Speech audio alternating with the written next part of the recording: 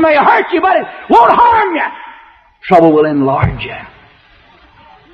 And many things God's brought to my life hurt me, but it didn't harm me.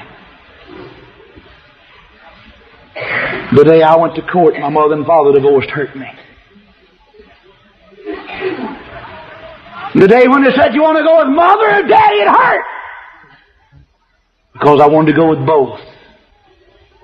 And I would have allowed somebody to take a saw and sawed me half in two and said half with mama and half with daddy. How do you make a choice like that? It hurt. But it didn't harm me. I've been able to put back together at least 5 homes in this church and remarried couples who are sitting here tonight.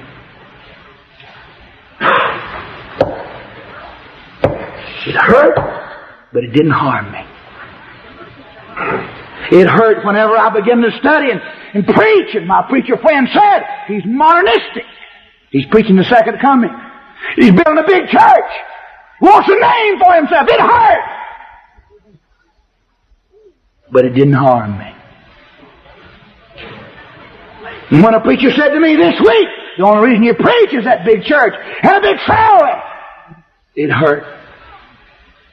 But it didn't harm me. What he didn't know was that he was making more money than I was, pastoring a much smaller church than I'm pastoring. And I never told him. He thought I was making $100,000 a year.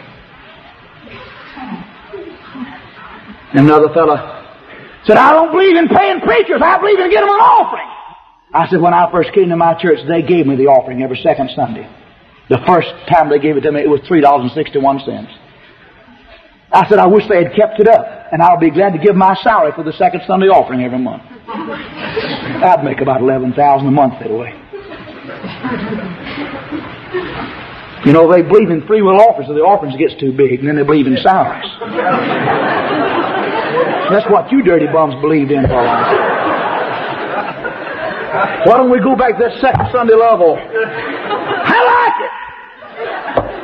I want to live by faith, not by salary.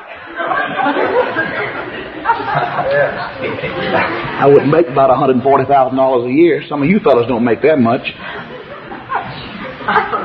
It hurt when they say I'm preaching for money when I know what I had to go through. It hurts when they say you'd quit, but you can't argue. It hurts. Yeah, but trouble helps you. I'm good mind to shout right now. A man stopped going to church because the frost destroyed his peach crop. He said to the preacher that he couldn't serve a God like that, and the preacher replied that God knew the frost was not good for the peaches, but he couldn't grow men without it.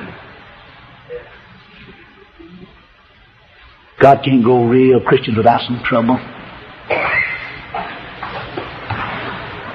It seems to me that the great physician says, I may hurt you, but I'm not going to harm you. The blessings of trouble, not only that, but the blessings of trouble.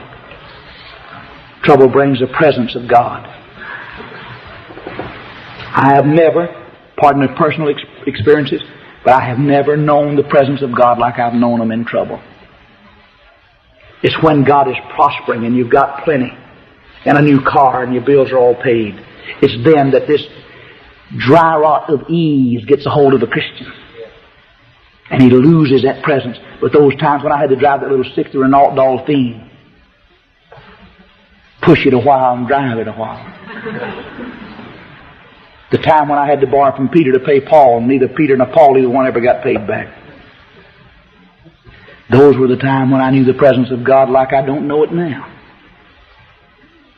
The times when I worked for the loan company and would drive out in the pine thicket and park the car and crawl out under the pines on the pine straw, making $30-something a week. My wife making $40-something. If they won't give an inferiority complex.